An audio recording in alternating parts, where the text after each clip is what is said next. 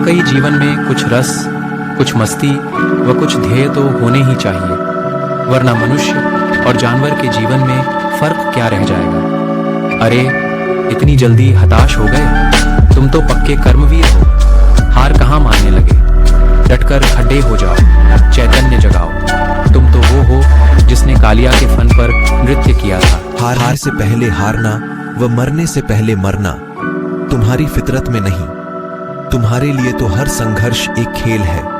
तैयार हो जाओ इस खेल के लिए भी। मेरा तो हमेशा से मानना था कि जैसे कठिन से कठिन पहाड़ों पर चढ़ने के लिए भी एक मार्ग आवश्यक होता है, जैसे घने से घने जंगलों को पार करने के लिए भी एक रास्ता तो खोजा ही जा सकता है, ठीक वैसे ही हर समस्या से निपटने के लिए भी एक न एक मार्ग तो ढूंढा ही जा सकता है। हमारे पहुंचते ही हंगामा खद्दहा हो गया। कुछ लोगों ने स्वागत के स्वर उच्चारे तो कुछ एक ने धिक्कारते हुए नारेबाजी की। और यही मेरे अद्भुत व्यक्तित्व का सबसे बददाहा सबूत था। या तो मनुष्य मुझसे प्रेम कर सकता था या मुझसे नफरत कर सकता था, लेकिन तटस्थ कतई नहीं रह सकता था। मैं अब तक के जीवन से इतना तो अच्छे से जान गया था कि सफलता के लिए सवाल अच्छे बुरे या पाप पुण्य का है ही नहीं। असली सवाल तो एक और अनेक का है। एक इच्छा तुम्हें मंजिल तक पहुंचा देती है, जबकि इसके विपरीत अनेक इच्छाएं मनुष्य को भटका देती हैं। यदि कुदरत यह सोचती है कि वैभव सिर्फ उन्हें मिलेगा जिनको वह चाहती है, तो मैं कुदरत का भ्रम तो डांच दूंगा। मैं हर व्यक्ति कैसे वैभवशाली हो सकता है वह कला अवश्य खोजूंगा।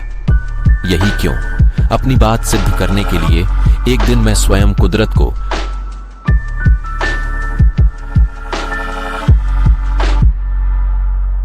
उसमें शत्रुओं का बद्धा सहयोग रहा है। फिर इस संसार में शत्रु बचा कौन? ऐसे में इस संसार में किसे शत्रु मानना? शायद किसी को भी नहीं। हमें दूसरों से वही कार्य करने को कहना चाहिए जो हमने कभी किया हो या करते हो, या फिर करने की क्षमता रखते हो। इच्छाएं पूरी होना ना होना या संकटों का आना जाना, यह सब तो जीवन के उस खेल का एक हिस्सा है जिससे यह जीवन बना है।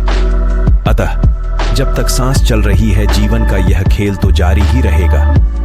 यदि कोई संकट का समाधान नजर न आए तो डटकर उसका मुकाबला किया जा सकता है, परंतु जिस समस्या का कोई समाधान ही न हो, तब तो समझदारी इसी में है कि उसे प्रकृति के न्याय पर छोड़कर तत्काल चिंता मुक्त हो लिया जाए।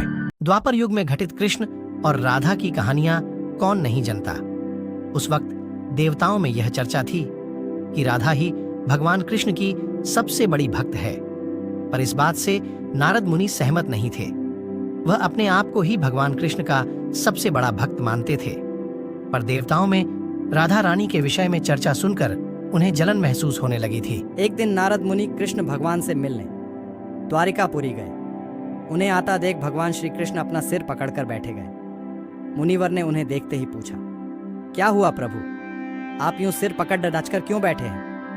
उस पर द्वारिकाधीश ने उत्तर दिया, मुनिवर आज हमें सिर में बहुत पीड़ा हो रही है। नारद बोले, तो प्रभु इस पीड़ा को मिटने का क्या कोई उपाय है? कृष्ण ने कहा, हाँ उपाय तो है। अगर मेरा सबसे बड़ा भक्त अपने चरण धोकर उसका चरण अमृत मुझे पिलाएगा तो मेरा सिर दर्द पल भर में ठीक हो जाएगा। कृष्ण के मुख से यह उपाय सुनकर कुछ पल के लिए मुनिवर सोच में पड़ गए कि हूं तो मैं ही सबसे बड़ा कृष्ण भक्त, लेकिन अगर मैं अपने पैर धोकर उसका चरण अमृत प्रभु को पिलाऊंगा तो मुझे नरक जाने जीतन महापाप लगेगा। परंतु राधा को भी तो सब कृष्ण का बड़ा भक्त मानते हैं। इतना सोचने के बाद भगवान कृष्ण से आज्ञा लेकर नारद जी तुरंत राधा रानी के महल में जा पहुंचे और उन्हें प्रभु के सिर में हो रही पीड़ा एवं उसके उपाय के बारे में बताया।